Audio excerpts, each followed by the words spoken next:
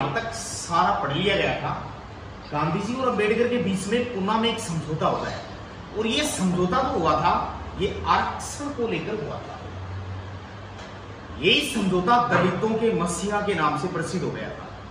यही समझौता है कि आज बैकवर्ड कास्ट की जितनी भी जातियां हैं वो सारी की सारी जातियां आज अंबेडकर को अपना भगवान मानती हैं। और वास्तव में यदि देखा जाए तो अंबेडकर देश के उस वक्त के इतने बुद्धिमान आदमी हैं जितने उस समय में मैं यदि गांधी जी से तुलना करूं तो कुछ समय के लिए गांधी जी से गलती हो सकती है पर अंबेडकर से गलती नहीं हो सकती। हम जानते हैं कि आरक्षण व्यवस्था खराब है पर वास्तविकता यह है कि आरक्षण व्यवस्था बहुत जरूरी है। ऐसा नहीं है कि मतलब मैं कोई आरक्षण व्यवस्था को लेकर डिबेट कर रहा हूं। मैं खुद ओबीसी से बिलोंग करता हूं, मैं इस आरक्षण के मुद्दे से मुक्त हूं। परंतु यदि आरक्षण पर पॉजिटिव नजर डाली जाए तो गांधी जी अंबेडकर ने मिलकर जो ये पुणे पैक्ट किया है ये भारत के इतिहास के लिए एक बहुत सोने की किरण के रूप में बाहर हो गया। अंबेडकर उस वक्त के सबसे बुद्धिमान आदमी है, आधुनिक भारत के मनु है, भारतीय संविधान के जनक है, दलितों के भगवान है। इसलिए अंबेडकर उस वक्त के महान विद्वान हैं और लोकतंत्र में बहुत सारी जातियां रहती हैं, बहुत सारे धर्म रहते हैं, बहुत सारे भेद रहते हैं, यानी सभी वर्गों के लोग रहते हुए अंबेडकर ने बैलेंस बनाने के लिए जो काम किया है वही आरक्षण। यदि एक ही जाति के लोग सबसे आगे बढ़ेंगे तो मार धाड़, हिंसात्मक लड़ाई झगड़े, छोटे पद से लेकर बड़े पद तक एक ही जाति के लोग होंगे और वो डरेंगे नहीं, तानाशाही शासन हो जाएगा। और यदि सभी पदों पर अलग अलग जातियों के लोग रहेंगे तो किसी एक जातिवाद को बढ़ावा नहीं मिलेगा, किसी एक मां शक्ति को बढ़ावा नहीं मिलेगा। गरीब व्यक्ति भी वहां तक जाना चाहिए। अमीर व्यक्ति का और गरीब व्यक्ति के बीच बैलेंस बनाने के लिए अंबेडकर ने एक सराहनीय काम किया है। सोचिए अंबेडकर ने आज से लगभग 80-90 साल पहले दिमाग में लगाकर यह काम किया था। आज हम पढ़े लिखे विद्वान उस बात पर एनालिसिस करते हैं तो पता चलता है कि Ambedkar is the great person of India. Ambedkar उस युग के महान व्यक्ति और आज तक उसकी कंपैरिजन की जाए तो ठीक पर्सन है अंबेडकर। गांधी जी उस वक्त आजादी के बहुत बड़े आंदोलन के नेता हैं। महात्मा गांधी हैं, उसके सपने के साथ करोड़ों जनता का सपना जुड़ा हुआ है और गांधी जी की दिशा यहीं से थोड़ी मजबूत बनती है क्योंकि निम्न जातियों को भी साथ लेता है। अंबेडकर कई सभाओं में गया है, उसे बहुत मारा गया है, बहुत पीटा गया है, हिम्मत नहीं आ रहा। बहुत सारी जातियों के बीच गया है, अछूत था, स्वयं अछूत था। इस वजह से अंबेडकर ने हिम्मत नहीं आ रही। अंबेडकर ने गांधी जी को यहां तक कह दिया था या तो इन दलित कास्ट को मार दीजिए या फिर इनका सही विकास करिए। लोकतंत्र में ऐसे दलित कास्ट के लिए फिर कोई जगह नहीं है, इन सबको मार डालिए। तब गांधी जी ऐसे मुद्दे जब उसके सामने खड़े हो जाते हैं तब महात्मा गांधी और अंबेडकर के बीच पुणे में बातचीत होती है और यह आरक्षण का प्रावधान नियमित चलता रहा। 2020 में एक फैसला कर दिया गया कि अब आरक्षण है वो 2030 तक रहेगा। 10 साल के लिए आरक्षण का कार्यकाल बढ़ा दिया। इसलिए आरक्षण जैसी व्यवस्था लोकतांत्रिक देश में होनी चाहिए, जो देश धर्मनिरपेक्ष राष्ट्र है। ऐसी व्यवस्था के कारण लोकतंत्र में बैलेंस बना रहता है। महात्मा गांधी ने पूरे देश के विकास में बड़ा योगदान दिया, सराहनीय है। जो लोग गांधी जी को बेकार मानते हैं वो लोग इस लोकतंत्र को और इस देश के लोग ही नहीं है। गांधी जी जैसा महान व्यक्ति इस धरती पर ना तो 1000 साल में पैदा हुआ है उस स्वयं के अलावा और ना ही आगामी 1000 साल में पैदा होगा। इतने महान व्यक्ति 1939 में जब हिटलर ने पोलैंड पर बम फेंक दिया और द्वितीय विश्व युद्ध शुरू हो गया तो ब्रिटेन तोड़कर आता है और भारतीय सोल्जर गांधी से मांगता है, क्योंकि उनको आदत पड़ी थी। पहले विश्व युद्ध में भी ऐसा ही हुआ। पहले विश्व युद्ध में गांधी जी ने अंग्रेजों की मदद की है, इसीलिए भर्ती करने वाला सार्जेंट कहा गया है। इसी कारण अंग्रेजों ने गांधी जी को केसरे हिंद की उपाधि दी थी।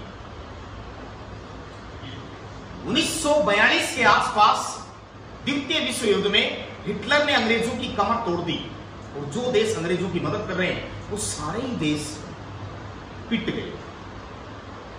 अंग्रेज भागकर गांधी जी के पास आते हैं कि गांधी जी, यदि द्वितीय विश्व युद्ध में आप हमारी मदद करते हैं तो हम निश्चित ही भारत को आजाद कर देंगे। गांधी जी जानता था, पहले विश्व युद्ध में ये कहा था। गांधी जी ने ऐलान किया कि भारतीय सैनिक भारतीय सीमा के बाहर नहीं जाएगा। सेवा देने के लिए भारतीय सीमा के बाहर भारतीय सोल्जर को नहीं भेजा जाएगा। भारत का सैनिक समुद्र पार नहीं जाएगा। अब गांधी जी को भी फायदा मिल गया कि इधर से हिटलर ने मारा इनको, इधर से भारत के लोग भी इनको परेशान कर दें। तो फिर गांधी जी ने 9 अगस्त 1942 के दिन भारत छोड़ो आंदोलन, क्विट इंडिया मूवमेंट चलाया। 9 अगस्त 1942 को मुंबई से भारत छोड़ो आंदोलन शुरू हुआ। हालांकि देखा जाए तो ये गांधी जी का अंतिम राष्ट्रीय आंदोलन माना जाता है, और इसी आंदोलन में गांधी जी ने थोड़ा हिंसा शब्दों का प्रयोग किया। इसमें नारा दिया था उसने, करो या पर भारत छोड़ो। और इतिहास ये कहता है कि 1942 में अंग्रेजों का मन बन चुका है कि हम जाएंगे छोड़। 1942 में अंग्रेजों का यह विश्वास हो चुका था कि अब हम भारत छोड़ के चले जाएंगे।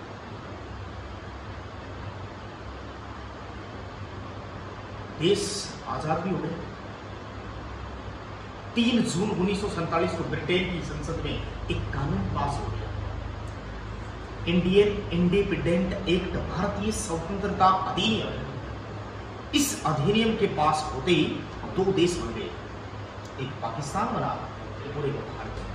14 अगस्त की रात तक कोशिश की है भारत के कांग्रेस के नेताओं ने, परंतु वो बात नहीं बनी।